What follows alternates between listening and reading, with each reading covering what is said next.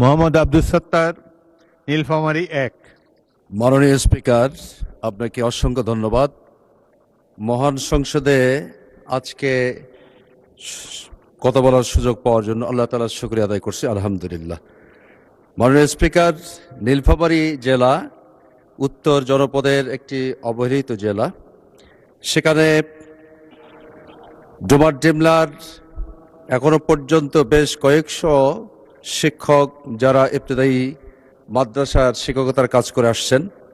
দুঃখজনক হলে সত্য, 40 বছর যাবৎ তারা বিনা পয়সায় কাজ করে আসছেন।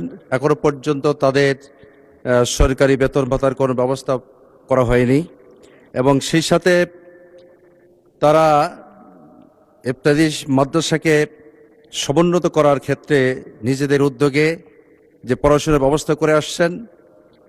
এই চরাঞ্চলের দরিদ্র জনগোষ্ঠীকে আর্থিকভাবে স্বাবলম্বী করতে হলে অবশ্যই সরকারের আমি দৃষ্টি আকর্ষণ করছি, অনতিবিলম্বে তাদের এই প্রতিষ্ঠানগুলো বেতন ভাতার আওতায় আনা হবে কিনা এই বিষয়ে মাননীয় শিক্ষামন্ত্রী দৃষ্টি আকর্ষণ করছি।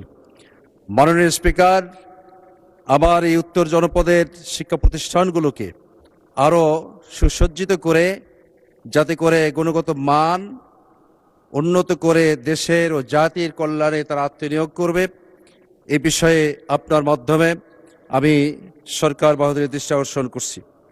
মাননীয় স্পিকার, আমি আরও বলতে চাই, বিশেষ করে 27 তারিখে শিলাবৃষ্টিতে বেশ কিছু ঘরবাড়ি, প্রায় 8,000-এর অধিক ঘরবাড়ি বিধ্বস্ত হয়েছে। এ বিষয়ে দুর্যোগ ব্যবস্থাপনা মন্ত্রীর পক্ষ থেকে কোনো ব্যবস্থা নেওয়া হয়েছে কিনা আমি মোহাম্মদ